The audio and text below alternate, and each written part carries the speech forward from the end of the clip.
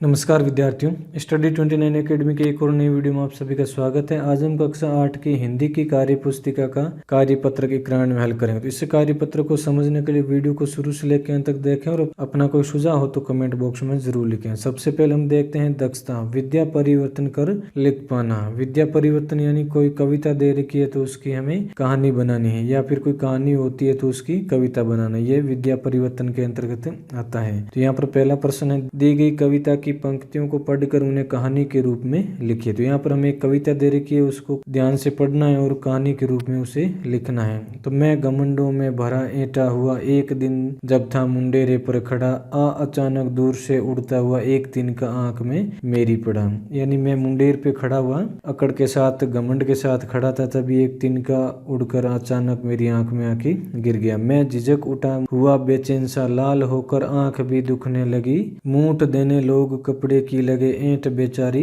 दबे पांव भागी।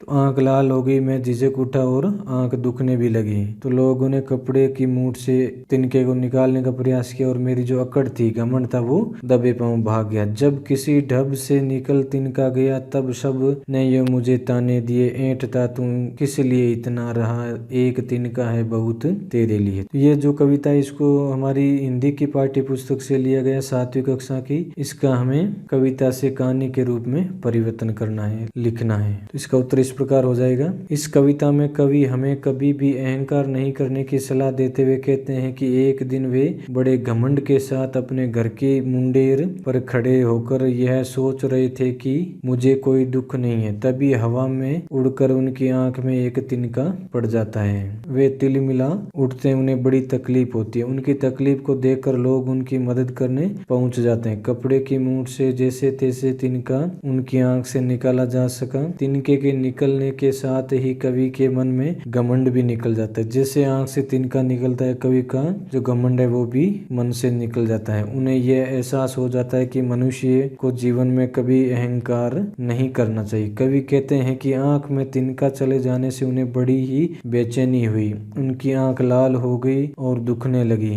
इसके बाद उन्हें मन में एक ख्याल आया कि उन्हें घमंड नहीं करना चाहिए था, उनका घमंड तो एक मामूली तिनके ने ही तोड़ दिया। इस प्रकार हम इसको कहानी के रूप में लिख लेंगे। अब दूसरा प्रश्न है, क्या कभी तुम्हारी आंख में कुछ गिरा है, उसे निकालने के लिए तुमने क्या प्रयास किए, लिखिए। तो इसके उत्तर में आपको अगर ऐसी घटना हुई हो, आंख में कुछ गिरा हो, तो उसके बारे में वर्णन करना है। तो यहाँ पर हमने इसका उत्तर लिखने का प्रयास किया है। हो सकता है आपका उत्तर इससे अलग हो। हाँ, एक बार मैं बगीचे में दोस्तों के साथ खेल रहा था, तभी अचानक मेरी आंख में पेड़ की छोटी पत्ती पड़ गई या गिर गई। मुझे जोर से आंख में जलन होने लगी, तभी मेरा दोस्त मदद करने आया और उसने रुमाल निकाल कर उसके किनारे से पत्ती को सावधानी से आंख से बाहर निकाला।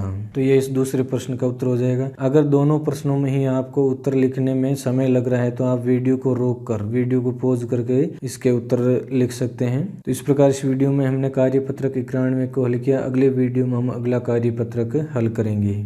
वीडियो अगर उपयोगी लगा हो तो इसको लाइक करें और अपने दोस्तों में शेयर करें। चैनल पर पहली बार आए तो चैनल को सब्सक्राइब कर लें और बेल आइकन भी दबा दें, ताकि आने वाले वीडियो के नोटिफिकेशन आपको समय पर मिल सकें। वीडियो को पूरा देखने के लिए आपका बहुत बहुत धन्यवाद।